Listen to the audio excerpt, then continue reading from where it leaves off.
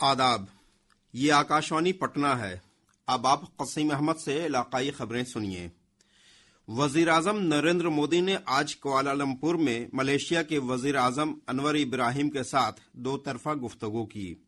इस दौरान तहफ़्फ़ुज़ और दिफा के ताल्लुकात को बढ़ाने और इक़्तिसादी और इख्तिरा साझेदारी को बढ़ावा देने पर रजामंदी हुई।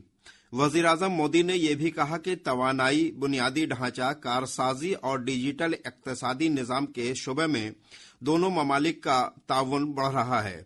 उन्होंने कहा कि दहशतगर्दी पर भारत का नजरिया वाज़ेह है।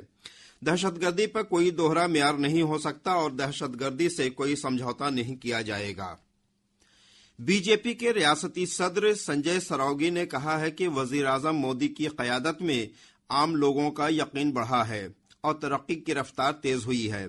मलेशिया दौरे पर हुए समझौते के बारे में कहा कि भारत जल्द ही दुनिया की तीसरी इक़्तिसादी अजीम ताकत बनने वाला है। जनाब सरावगी ने कहा कि अभी अमेरिका के साथ जो ट्रेड डील हुई है उससे यकीनी तौर पर वजीर आजम मोदी की क़यादत में तरक्की और एतमाद दोनों बढ़ रहा है। मरकजी वजीर सनत पीयूष गोयल ने कहा है कि भारत अमेरिका अबूरी तजारती समझौता गैर जानिबदाराना, वाजिब और मुतवाज़ुन है और किसानों के मफाद के तहफ़्फ़ुज़ को यकीनी बनाता है। उन्होंने कहा कि भारत में काफ़ी मकदार में गेहूं, चावल, चीनी, सोयाबीन समेत ज़राअत और दूध पैदावार और मुर्गी परवरी शामिल है, जिन्हें टैक्स रियायतों से बाहर रखा गया है। जनाब गोयल ने कहा कि इस समझौते का मकसद बरामदात को फ़रोग़ देना, रोजगार के मौक़े पैदा करना और देश को साल 2047 के तरक्की याफ्ता भारत के हदफ की जानिब ले जाना है। नई दिल्ली में उन्होंने कहा कि समझौते के तहत भारतीय बरामदात पर पहले नाफिज 50% बाहमी टैक्स को घटाकर अब 18% कर दिया गया है।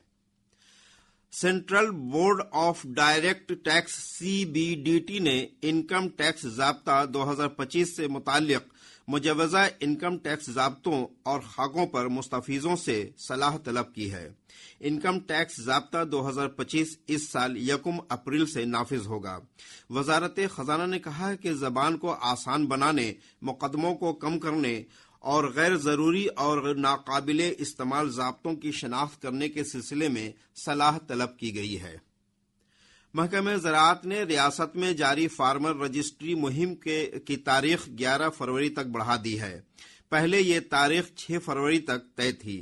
महकमा के प्रिंसिपल सेक्रेटरी नर्मदेश्वर लाल ने बताया कि इस सिलसिले में सभी जिला मजिस्ट्रेटों को जरूरी हिदायत जारी की गई है। रियासत के मौसम में उतार चढ़ाव की सूरत बनी हुई है। दिन में धूप खिलने से मौसम मामूल पर रह रहा है, जबकि सुबह और शाम में ठंड का असर बना हुआ है। महकमे मौसमियात पटना के मुताबिक रियासत में पछुआ हवा के असर से आइंदा 24 घंटों के दौरान रियासत के कम से कम दर्जा हरारत में 1 से 3 डिग्री सेल्सियस तक की गिरावट का इम्कान है।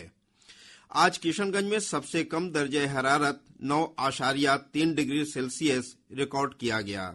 मशरकी चंपारण के मोतिहारी से सबसे कम बसीरत 150 मीटर दर्ज की गई।